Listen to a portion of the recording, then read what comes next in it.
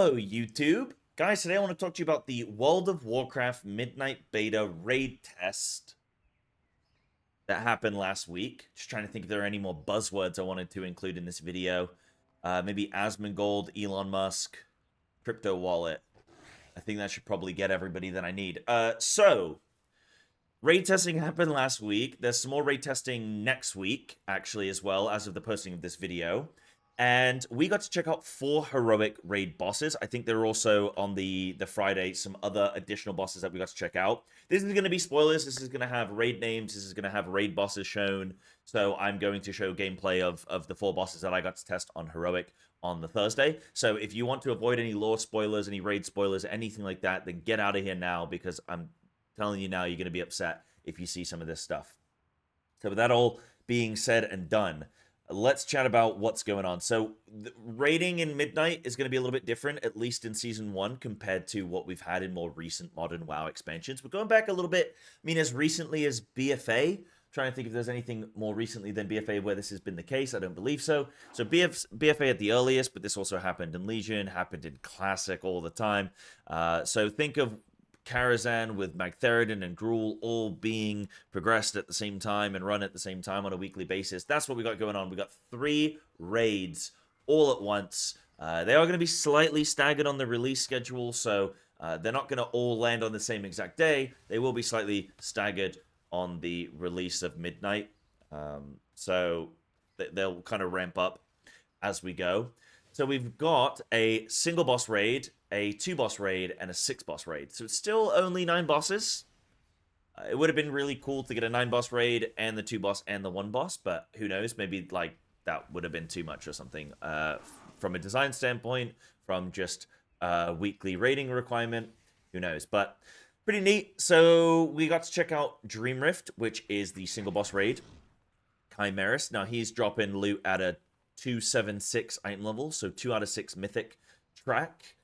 So, like low stage mythic, really, for this guy. Though I would say, quite key here is that this is the only location that you can get tier chest from. So it will be important to come here, pick up some like tier chest pieces, maybe a couple trinkets might be of value to people, some weapons maybe, like I could get a weapon from there, etc. So there's some stuff there, some patterns and whatnot. Also, most important, are you kidding me? Oh, you gotta get the trophy for the house? Okay, right, so you're gonna be raiding this guy for the trophies. Cool. Then I didn't even know that was in there. That's amazing. So then you also have the 2 boss raid, March of Quel'Danas. This is gonna drop a mount, so obviously you're gonna be coming here for this bad boy. This is dropping 279, so mid-tier mythic track. It also has the second boss being 4 out of 6 mythic tracks, so 282. Now, this is actually equivalent to the final boss of the Voidspire, which is the 6th boss raid. So this is the highest base loot level drop that you can get from raiding right now. So this is equivalent to the end boss in the 6th boss raid in terms of loot, not necessarily in terms of difficulty. It also drops a curio. It's going to have some weapons. It's going to have some trinkets. It's got a mount, which is really, really cool looking. It kind of looks like, was it? Yeah, it was like the BP oil spill. That's what this reminds me of. I did some testing of this when Alpha first released, and it reminded me of the seagulls getting into some of that good old-fashioned British petroleum. That might just put a downer on things, maybe. I'll probably cut that from the video, I think. But that's that one there. Then we have the Voidspire. So this is a 6 boss raid. So the first boss is going to drop 1 out of 6 track. So low level mythic. Then it ramps up to 2 out of 6. Stays at 2 out of 6. Then the 4th boss is going to drop 3 out of 6 track. Then 3 out of 6 track. And then the final boss is 4 out of 6 mythic track. But there's obviously going to, there's going to be a special, very rare item. There's going to be some trinkets. There's going to be who knows what else for everybody else, weapons and whatnot. So that's kind of the order of things. There's also a flipping trophy, dude. Let's go. Oh my goodness. Told you there would be some spoilers. So that's how the raids are set up then. In terms of then the actual bosses themselves, so this is the Dreamrift. This is the first boss that we got to test, which is the single boss raid. This is how you enter the room. There's some trash that you have to clear. I'm not going to show that, but there's some trash. It's pretty simple. You fly over to this platform, and, you know, not visually super stunning necessarily. It's kind of Emerald Dreamy, that kind of thing. So let me just talk generally about some of the mechanics that occur here. It's not exactly going to be like a flippin' stanky guide or a Dratnos guide or anything like that, but I will talk about some of the mechanics and how they're occurring, and then also just like kind of the feeling of the fight. So again, this is heroic. Heroic. So, and it's like lower end of mythic. It's equivalent to like a second or third boss in a regular raid. So first of all, this boss does a big knock-up, big stack here. So it is adjustable. You can move with it as the tank. You can get people in position. And then it's going to launch everybody up in the air, kind of like a fire rack. And then a bunch of these adds are going to spawn. You're going to have, I think, 4 small shades and then 1 big large mob. And they all have shields. Once you break the shield on the mob... So I should say, when you stand in the big knock-up, you're going to get sent down into the Shadow Realm. And so it's only the people that take this soak which are going to be able to go into the Shadow Realm. Then you're going to be able to attack these adds if you're in the Shadow Realm exclusively. The people on the outside will be able to see the ad movement, they'll be able to see their position, and I think even the shadows of the people that are in the realm, but they're not going to be able to engage with the ads. Now, once you break the shield on the ads, then they will become attackable to the people on the outside. However, they're actually then going to start focusing the boss, and they're going to create like a tether to the boss. If they reach the boss, something bad is going to happen. I don't know what exactly. I would imagine it's some kind of damage. So you want to kill the ads, but also drag them away so that they don't reach the boss when they then phase into the non-spooky realm. You're also going to have... So then, yeah, you've got, like, the big ad. That's going to take quite a lot of prio damage there. There's probably going to be some strats in terms of, like, taking the boss away. Though, you can actually DPS the boss in the Shadow Realm and DPS the ads at the same time. So you don't necessarily lose boss damage for going down, which is good. And split cleave classes will probably be good here. You know, your Warlocks, your Shadow Priests, your Boomies, that kind of thing. Maybe some dot classes, like maybe something like Feral or Assassination Rogue or something where you can put up your dots and then get back to the boss. That might be okay. That kind of thing. So what else is happening? So, I believe when the small shade ads die, they drop a pool on the ground that you can see, or maybe that's when their shield breaks, either or, something like that. So they're going to drop some yellow goo on the ground.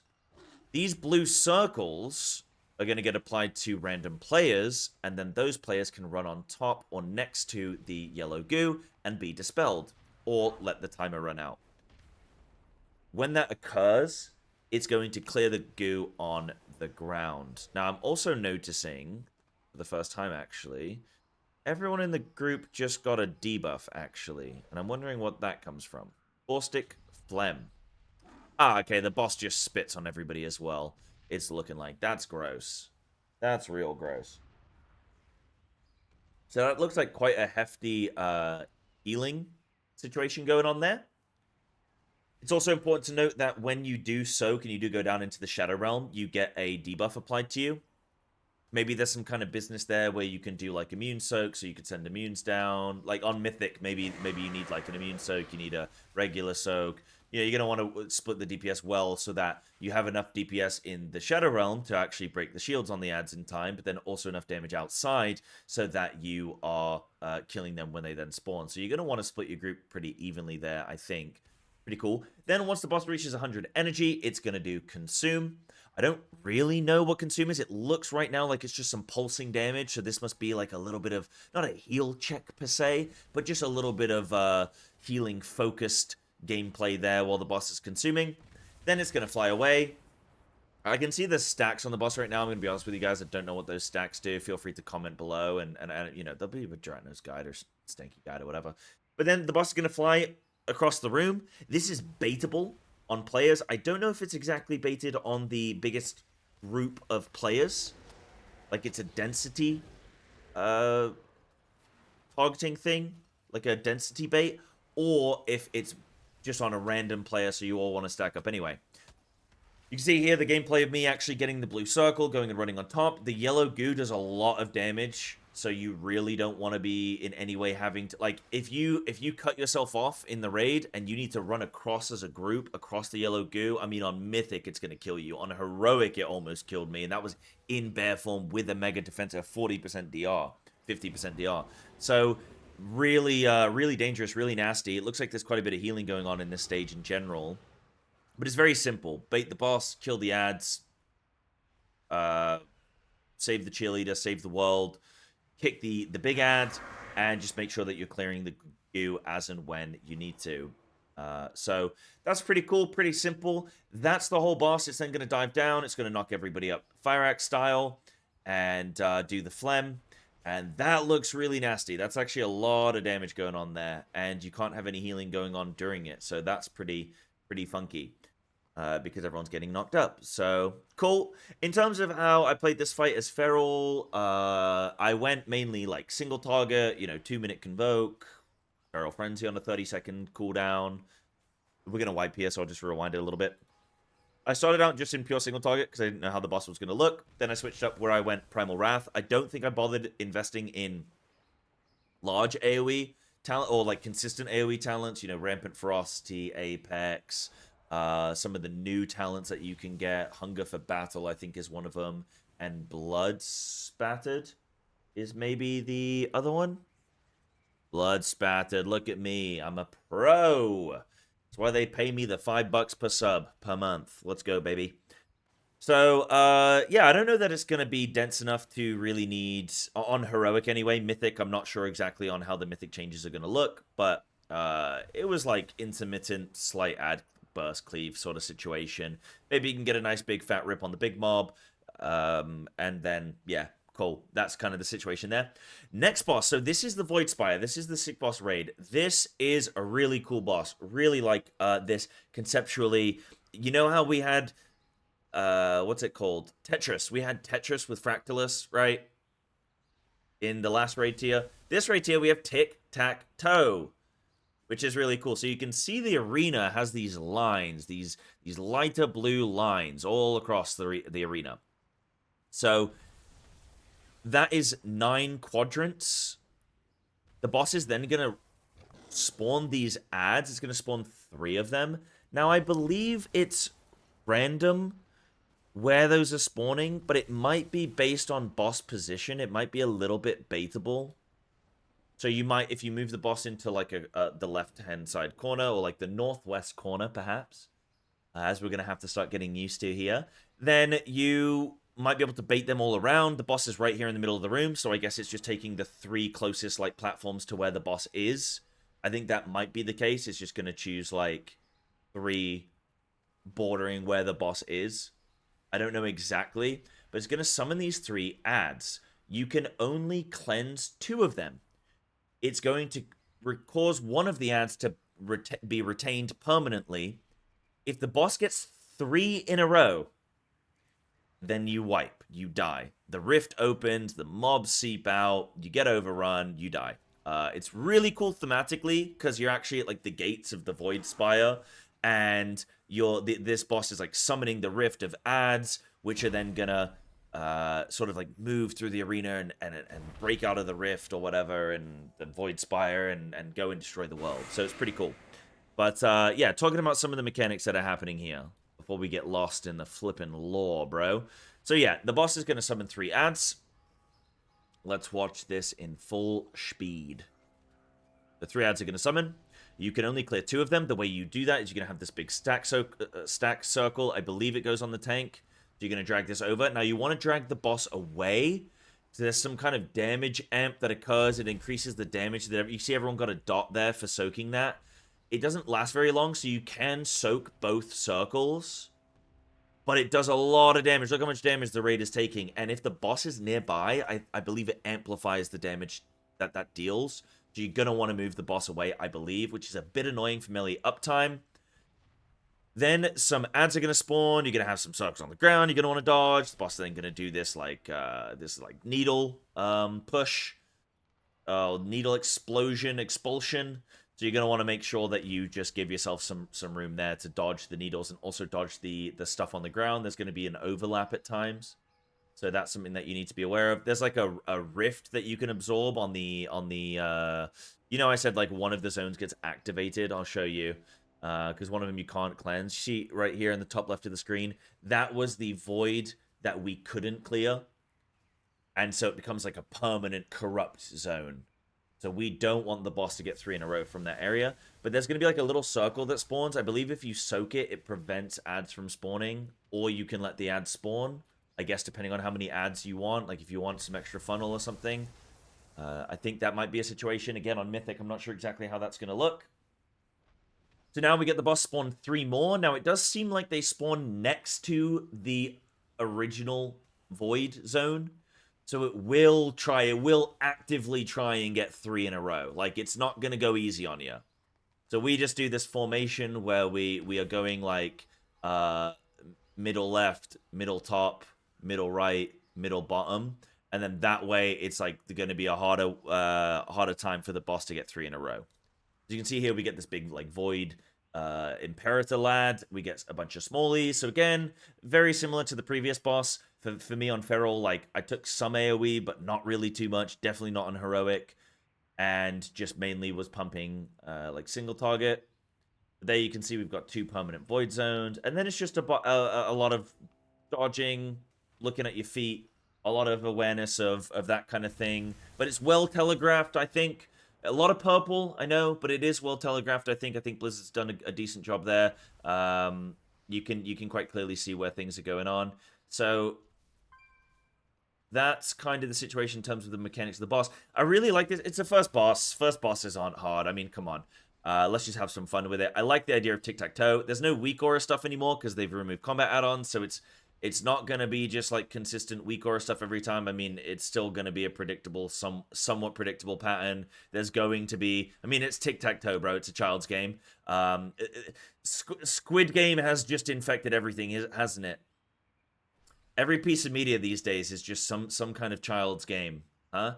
So, so that's kind of like the situation. It's a simple idea. There will be a best practice. There will be a best strat, roughly. But there's going to be a little bit of randomness each time in terms of what order you're going to get, roughly, because the boss is going to spawn them somewhat randomly. Or it might even be full random. I do need to confirm that. A couple of ads here that we do have to kick as well. And you can see it is possible to wipe. Like, the boss is enraged here. It looks like. So...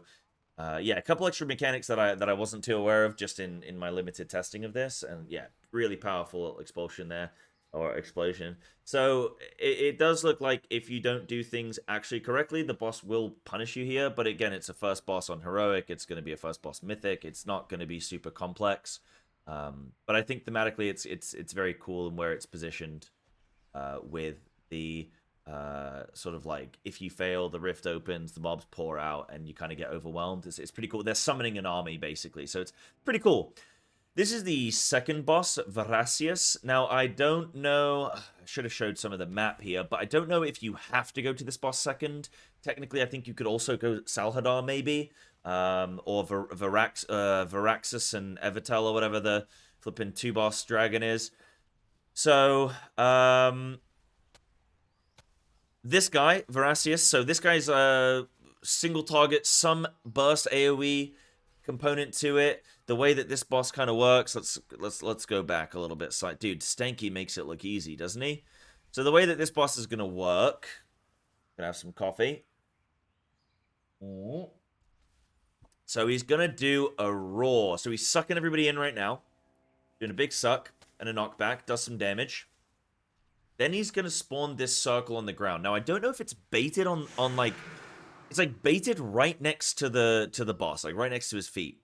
That big circle can be soaked. I believe it needs to be soaked. I think we just ended up putting just a tank in there.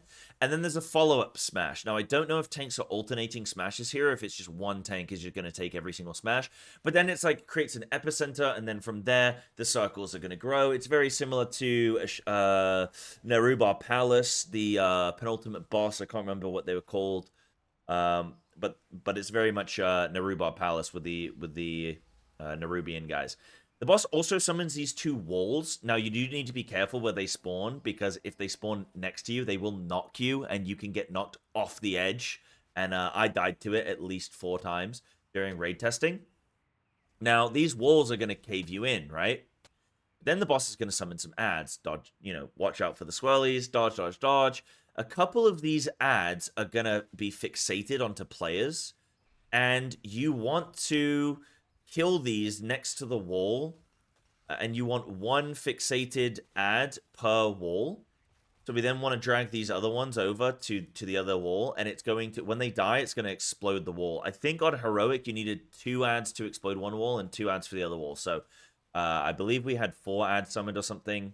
And that's how it kind of worked out. Maybe there were a few extra there.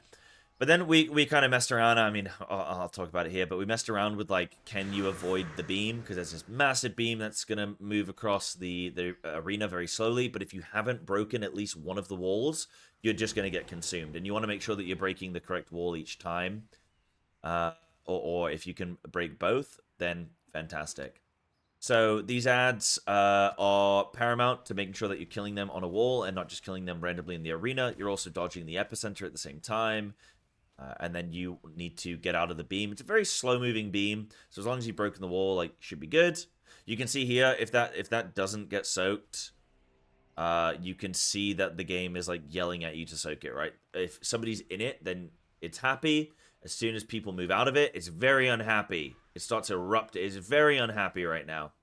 And then you get knocked away. So, pretty neat boss. Pretty simple. It's looks like there's a good amount of damage going out. Like, it looks like it's probably pretty fun to heal. Looks like a good amount of damage, even just on Heroic. It's also, yeah, got a little bit of coordination in which ads are being destroyed when. Not super mega complex, but cool little second boss. Then we have Salhadaar. He's back. The Nexus-King is back. This time he's not the 7th boss. He's the 3rd boss. Again, if we're going in raid order. So, Salhadaar, very similar to the Nexus gang that we've had so far. Very similar mechanics in terms of visuals, but obviously he's way easier now than he is in the current raid tier. From a lore standpoint, this must make a lot of sense that we're fighting, like, the same married couple over and over again, Mr. and Mrs. Smith here. For some reason, we're fighting them on repeat. There must be some kind of lore reason that I'm not paying attention to, but I'm sure somebody in chat will understand why. So, this boss, he's going to summon a couple of orbs out of these sort of windows, and they're going to move towards the boss very, very, very slowly. They cannot be knocked, stunned, CC'd in any way from what I saw. I tried a bunch of stuff, nothing worked. And they're going to move towards the boss. You can't let them hit the boss. If they hit the boss, I think it's just going to do some damage. On Mythic, it'll probably be a bit nastier than that. So you want to move the boss around the room intelligently. At the same time, the boss summons some ads, which need to be interrupted. Just interrupting them once is going to remove them from the fight. The recent fight that did this, but I can't remember which one. It was definitely within the last expansion or so. So you want to interrupt the ads. You can see them there. That's going to cause them to disappear. So it's kind of free for... It's like only a 3rd boss, right? So it's not a coordinated interrupt. I try and get that one with a stun. Doesn't work. Or at least I think I tried to stun it. Maybe I missed it. But I do try stun later and it just doesn't work. So not a massive coordination requirement there. Just, like, get a kick. You can't actually, like, double kick, so you're fine. Range can take far ones. Melee can take close. Then you saw me there just deal with that sort of, that blue circle there that can get dispelled. It is dispellable. When you dispel it, it's going to drop some purple goo on the ground, which is just going to, I mean, it's reasonably sized. It's probably 8-yard diameter. So, gonna drop that down, try and be space efficient. I could wait to get dispelled, or you can just let it time out. And then you can move back in.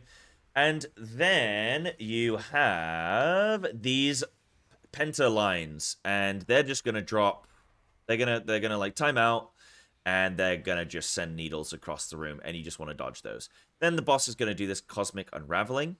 Not too long after, it looks like it's when he hits 100 resource, and then he's gonna drain, and you just spin around. It's the first boss of Dawnbreaker, but with 5 lines. Lovely. So, quite simple. Yeah, quite simple. I believe there is a way to clear the purple goo on the ground. I'm just trying to remember how it is that you do that, but it is going to be clearable. Now, this is going to be on Mythic. I could see this fight being quite fun, because I'm just imagining now these orbs are spawning from different locations in the room. I think this is like the Adept 7 dungeon in Fellowship, isn't it? The first boss. But the orbs are going to be spawning around the room. They're going to move towards the boss. Then you're going to have a bunch of space denial. Then you're going to also have like knives that are going to be spit out across the arena. Then the boss is going to spin. So you need to make sure that you've got enough room the whole time. Really quite cool, I think, on Mythic, the potential here for this. Only a third boss, but it could be really cool. It looks like more people are getting affected by these penta knives as well as time goes on. So the more that the boss is doing it, the more you're going to have to deal with. So this could be quite a sick DPS check and space denial. So more damage equals more space available. And just very solid, good use of positioning and prior planning. And then also, but like you don't know where the orbs are going to spawn, right? Like I don't believe, so I don't believe it's predictable. So you're going to want to be intelligent with like eventually maybe moving closer and closer to the entrance of the room. So maybe you start on one of the sides and then you're going to slowly want to rotate towards the entrance to maximize the distance from the orbs or something. But yeah, I don't know. I'm not Dratnos. I'm not going to figure out how best to do this, but pretty cool. In terms of, for me, on Feral, it's just pure single target. I'm playing some DOTC. I'm using Chomp. But I still have AoE Feral Frenzy talented, and I actually have AoE talented right now, which is pretty funny. But whatever, you can just go pure single target. I think this was like the first pull or something. But you can go pure single target here, and just like cleave off the ads with single target buttons rather than needing to spec into AoE. I think we intentionally wipe here so we can get more like data and stuff, but quite cool boss. I think on Heroic it's going to be fine. I think on Mythic it's going to be quite sick with some space analysis. So that'll be good fun. And that'll be cool, like slow, overwhelming, like slowly suffocating. Will be quite fun. Not that I'm into being slowly suffocated. But this is all the raid testing that I got to check out. So this is 4 bosses. This is everything I got to see. Oh, what happens when an orb gets soaked? Let's find out. Everyone dies. Amazing. Boss gets empowered, starts pulsing, everybody dies. Sick. Cool. So those are the 4 bosses that I got to test. Hopefully this was cool just to see them from a Feral POV, and then also just get a little bit of a breakdown, rough guide on sort of how that's working. Sick. Real good fun. Really looking forward to 3 different raid tiers simultaneously. I think it's going to be really cool for the game because I know it's only 9 bosses, but it's going to be more so a case of like, oh, do we still need to get anybody tier? Okay, cool, let's go do this boss. Just some variety in visuals, right? Because like you get so locked into, oh, I'm in the Undermine. Oh, I hate goblins, maybe. Now I only have goblin stuff for this whole 6 months. This is going to have some variety. You know, you got the, I mean, I guess March of Clodonas is still a bit voidy. And you got the Voidspire, but then like Dreamrift is a little bit different visually, aesthetically, cool. And yeah, like you can target certain loot. Maybe you just need to like get a trinket that you need to go snag, and you just want to go do that single boss again. Like come and do Midnight Falls here. Get like the tier tokens. Maybe if you still need that, get some of the special loot that drops and stuff. And it's gonna like contribute to then. Okay, let's go now do prog. And maybe you're like maybe you're in a situation where you're extending on the last 2 bosses of the 6 boss raid for whatever reason, but then you're still progging like Midnight Falls, or no, it's like you've cleared Midnight Falls, so you like come and farm this 2 boss raid, get the loot. It's gonna help you out for when you're progging this, so it doesn't feel like, because right now on 9 boss raids or whatever, you extend and then you just feel like my guild extends quite early as well, because we're a 2-day-a-week guild, so we'll extend on like the 5th boss, and then it just feels like you don't actually really, you're not getting reclears, you're not getting vaults, you're not getting those like key items that you want from earlier bosses, and that can kind of feel crummy sometimes. So I like the way that they're doing this. You might be in a situation where you don't even need to extend because it's only 6 bosses. I hope these are tuned well so that there's actually a nice difficulty curve. I would be really sad if even the last boss on Mythic here is not that big of a challenge and isn't really that big of a wall. But it's hard to really do a difficulty ramp up when you've only got 6 bosses that doesn't feel like it's just hard walls, because you've only got 6 bosses to play with. So we'll see what Blizzard ends up doing. Quite excited. That's the raid testing. Thanks for watching. Goodbye. See you later. See you next time.